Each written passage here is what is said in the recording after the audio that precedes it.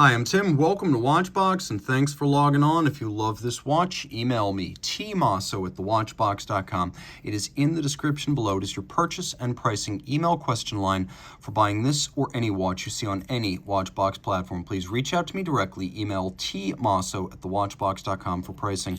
Today, we are discussing one of the greatest watches ever made, and I say that as a partisan of the model. I've seen tens of thousands of watches, and I've shot over 10,000 of them individually, but very few have ever captured my imagination and my heart like the 5207 from Patek Philippe. This is the original model. As launched at Bosworld 2008, the 5207P-001. In platinum, it's 41 millimeters in diameter, 13.9 millimeters thick, and broad at 51.4 millimeters from lug to lug, with a 20 millimeter spacing between the lugs. And you can see this is a modern day platinum Patek because it has that top Vesselton diamond between the lugs at 6 o'clock. All right, why is the dial covered? Well, because with very few exceptions, Patek Philippe Tourbillon timepieces feature their serial numbers on the dial side. Well, I can't show you that, but I can show you everything else, so bear with me. That's what you're going to see. There is nothing functional blocked by that little patch of tape. So let's start with the way it fits. It's large, there's no doubt. Part of my agony at not being able to afford this watch is assuaged by the fact that the fit is borderline for me. I think I could pull it off, and indeed I would wear this watch, but you could see that the lugs are right out to the edge of my wrist, and I mean right out to the edge. So I am within a hair's breadth of not being able to wear this. So I'm going to say 16 centimeters circumference or up. Your wrist should be able to accommodate this timepiece. I don't think it's going to clash aesthetically, and I do think it'll fit under a cuff because although it's not thin, it is dramatically sloped, and its case flank allows the sleeve to ramp up and over. Taking a look at the strap, you can see here, Patek Philippe factory strap, calfskin on the bottom. We have a matching platinum deployant clasp. You can see it is a snap-shut friction fit type. And it has the Calatrava cross, which is the logo of the brand on it. You'll also see the logo of the brand on the crown. And by the way, this is what Patek Philippe calls a dynamometric crown, which means you cannot accidentally overwind this nearly $1 million watch, which should give you considerable peace of mind as you are thumbing the crown along to the maximum 48-hour manual wind power reserve. I know it relieves me when I think about accidentally overwinding a watch of this value to know that no matter what I do, I can't break it that way. Taking a quick look at the case, you can see everything in profile has been engraved. Take a look. The lugs have been evacuated.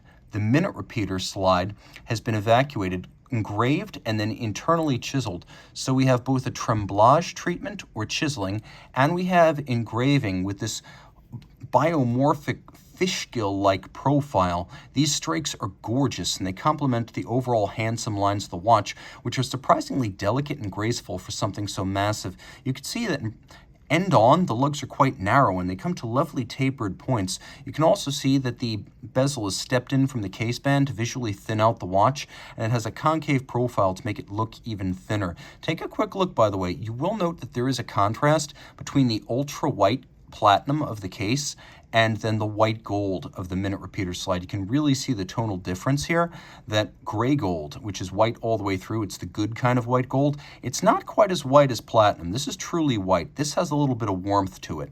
Now, flip into the dial. This too is gold. This is what Patek Philippe calls a honey gold color, but the dial itself is a disc of solid 18 karat gold. Everything, the chapter rings, the cutouts for the indices and the apertures have been cut into the gold. We have a moon phase down at 6 o'clock that need be adjusted only once every 122 years. We have an instantaneous change perpetual calendar, Patek's first, so it will jump instantaneously, and everything should jump in coordinated fashion. So the day, the date, the month, an American-style calendar, but also the leap year phase. We have a day-night indicator right here, so you know when it's nighttime. Basically, at nighttime, never use the little pusher adjusters on the flank of the case to set the calendar. When you are in the nighttime hours, this will turn a dark color. Right now, we are looking at, well, 10 15 a.m. You know that because it's so light.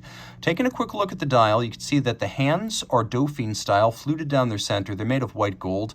The individual indices are faceted and placed by hand. They are also white gold for the frames of the calendar, and the idea being that you know that they won't oxidize and tarnish over time, because gold, even in the presence of micro moisture within a case, is not going to shift its shade the way some reactive metals would.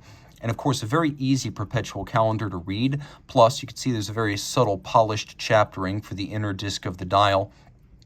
And it's a perpetual calendar, so you don't need to worry about any changes to the calendar until the year 2100. Flip it all over. Oh my gosh. You know, before we go into this, we may as well do the minute repeater. The minute repeater is one of the defining features of any Patek Philippe watch, lucky enough to boast one. Every chiming watch that leaves Patek Philippe is first tested by Mr. Terry Stern, who is the owner and president, and it has to pass muster per Mr. Stern. They still represent the ultimate in chiming watch quality, both in terms of execution, of engineering, and sonic quality.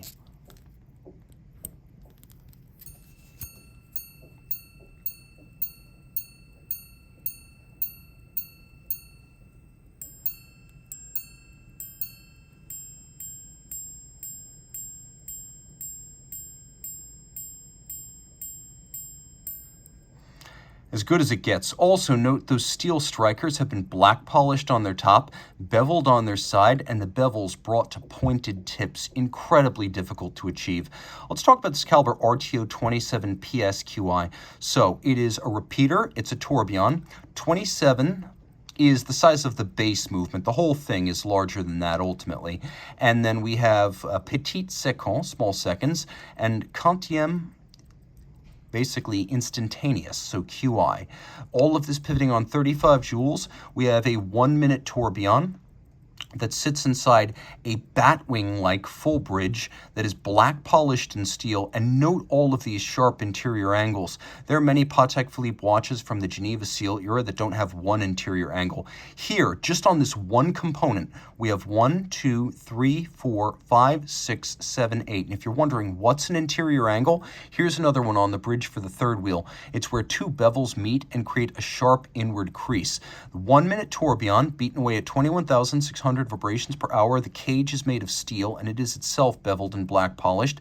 It's free sprung with a Patek Philippe Gyro Max style variable inertia balance, and it has a handmade overcoil hairspring with a brigade curve, so in any position this watch will keep consistent time independent of gravity. You can see that it is adjusted in 5 positions, which is the high horology and chronometer standard. The earliest versions of this watch would have featured the Geneva hallmark, but after about mid-2009, they would have featured the Patek Philippe seal, which is what this has. You can see that there is a centrifugal governor that slows down the cadence of the chiming of the repeater, and that's hiding underneath this gold Calatrava cross. We have this spectacular 5-spoke third wheel, which is made of hand-finished 14-karat gold, and I've been advised that it can take upwards of 10 hours to hand-finish just that one part. Well, it's often called the octopus wheel by Patek Philippe fans and collectors. I do acknowledge that octo means 8, and this has 5. So not an octopus, but I don't know, maybe a dismembered octopus. All the same, it's one of the most impressive single components you'll find in a watch. And you may ask, why 14 karat, not 18 karat? Because 14 karat is a mechanical grade of gold that's much harder and better suited to, for example, driving mechanical components. Again, manual wind, 48-hour power reserve. You cannot accidentally overwind it. There is no water resistance here. That is just a consequence of Patek putting in minimal case seals so that the sound of the inside of the watch can get to the outside of the watch and maintain their best in the industry chiming quality. You could see incredibly elaborate Côte de Genève. It actually has both circular Côte de Genève on one bridge, and then you can see adjacent there's linear Côte de Genève on the striker bridge. You can also see that the gongs have been black polished and run all the way around the movement, and the anchor of the gongs itself black polished. Anglage is the best you've ever seen on a Patek Philippe, a mile wide mirrored and the absolute real deal. No machines beveling right here. This watch represents the best of everything, a triple complication, triple play.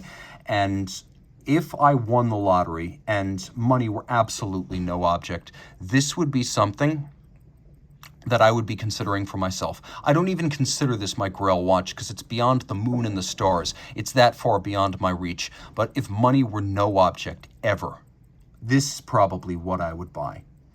And it's as good as it gets. No, it defines great. 557 pieces. Solid bliss. Reach out to Team Mosso at thewatchbox.com for purchase and pricing details of my ultimate Grail watch.